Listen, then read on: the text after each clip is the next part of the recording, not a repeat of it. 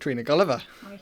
Back to the Lakeside in just a few weeks' time, and it's a journey that you've made many, many times before, and a successful journey as well. How are the players going to be feeling at the moment in the lead up to this great tournament? Well, if it's their first time, then they're going to be very nervous, obviously, and they're going to be looking forward to it. If they've not been there before, then they're going to be wondering what it's all about. They're going to want to take some time to look around and get that atmosphere in if they have time. So, yeah, it'd be good fun for them all. Does that feeling change at all from the first time you walked in there to the last time you walked in there? Was it the same venue and the same feeling every time you walk in? No, I'd say the first time is very, you're in awe of it because it's the mecca of darts, so to speak. So, and as you progress and do more and more and more, you're happy to be there because it's just a wonderful place to be. But it gets easier. You experience. The more experienced you get, kind of thing, you get to know things a little bit better. So, yeah. Let's talk about the ladies' draw this time around. Beau Greaves will obviously be the headline and the favourite going into this tournament. How much pressure is really, really on her? Because it's a similar position to what you've been in many times. Yeah, the pressure will be on her. She's the current world champion as well, and she'll be wanting to defend that title, obviously. But there is pressure on her. She's playing really well, and it's hard to have that pressure on you all the time. It's expected of you almost, and you have bad games, and that pressure will be there for her. As someone looking into the tournament, is there sort of any way that you can see Beau losing this? There's a lot of good players in that draw. Rhiannon O'Sullivan's been mentioned. Lisa Aston making her return to the Lakeside. Is it going to be a case of one of them needs a good start against her to stop her? Well, of course she's stoppable. She's we all are. But like you say, there is a lot of good talent there, and anybody's capable of stopping Beau. That's possible, but they're going to have to play their good game. What have you made of Bose Rise? Because I think from 11, 12 years of age, she was sort of touted to be a star in the sport. And so far, she's really risen to that. But that doesn't come without its challenges, does it? No, not at all. I mean, she's young, she's 19 years of age, and she's got a lot to look forward to. She's just enjoying it, I think, at the moment, and she's that sort of person that takes things in her stride. So she's quite laid back. So, and I think at her age, that's a good thing to be like. She's got loads of time. She had a difficult decision as well. Obviously, had to choose between playing at the Lakeside and playing at Alexandra Palace, the PDC World Championship, which she qualified through the women's World Match Play.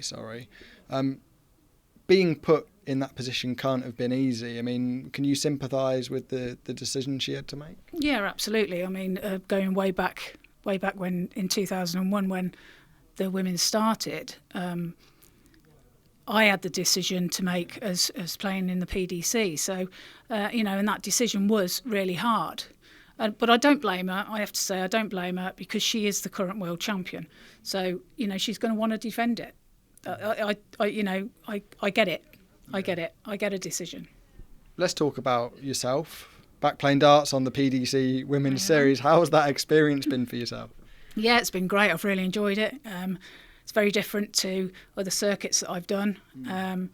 It's a really good leveler. It's I'm going into it and I'm not expecting too much of myself, and I'm just really enjoying it again now. Is that quite difficult to rein back the expectation when you've achieved everything that you have? You expect to be beating players, you expect to be winning tournaments, but to be in a field that is so competitive, the expectation must be a different level.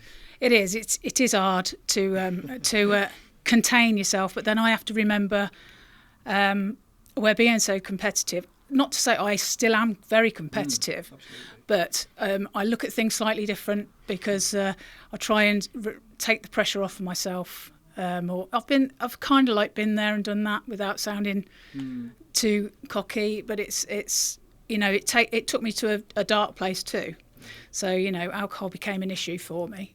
And with darts being renowned for alcohol in it, it's, you know, I've been wary going back into it. So that's why I'm doing what I choose to do now. I'm not, you know, if I feel like doing a tournament, I'll do it. If I don't, then I don't.